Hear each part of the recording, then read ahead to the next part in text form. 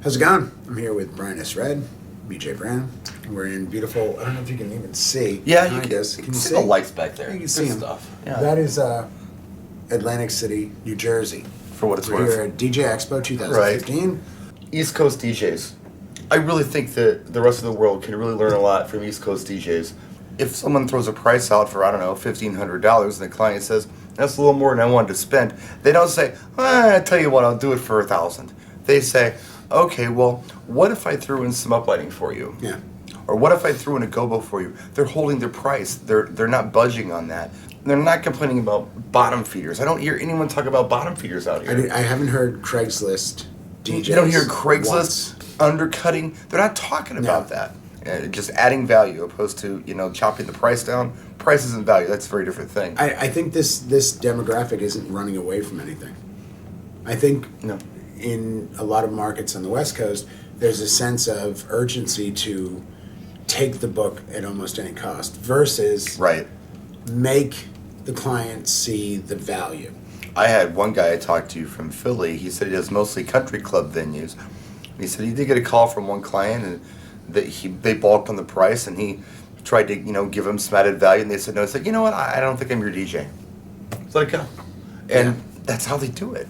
It's an observation. This is an observation. Jay and I both are all over the country doing this. Brian and I do a lot of this. It's our full-time job. We are out in the industry. We work for different companies. We deal with clients. We deal with DJs. And when people come to us and say, what's your impression? We're honest. The honesty is, this is what I see. No, I'm not picking on any. It's a general statement. I'm sure there are people on the East Coast who aren't doing things right. I'm not suggesting that. There are people on the West Coast who are doing a wonderful job, but I hear this a lot at the shows on the West Coast. I hear it in Europe. I just don't hear it here. I don't hear about Craigslist or underbidding. I mean, I'm going to be in Vegas in 2 weeks. So by the time this video is uploaded, it'll be 2 weeks from now. I will be in Vegas at another show, West Coast.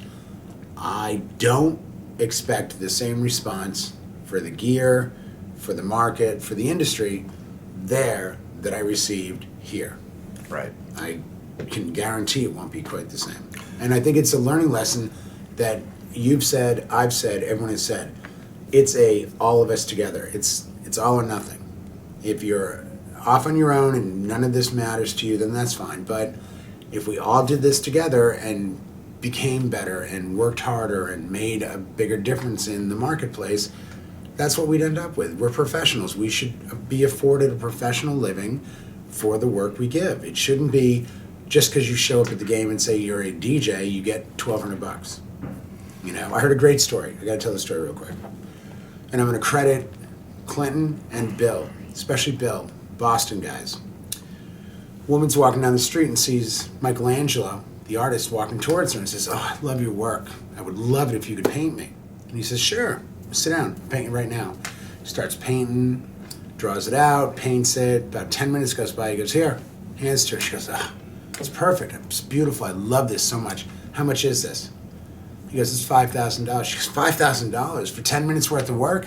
He goes, no, $5,000 for the 30 years it took for me to be able to do this in 10 minutes. And on that note, we'll wrap this video.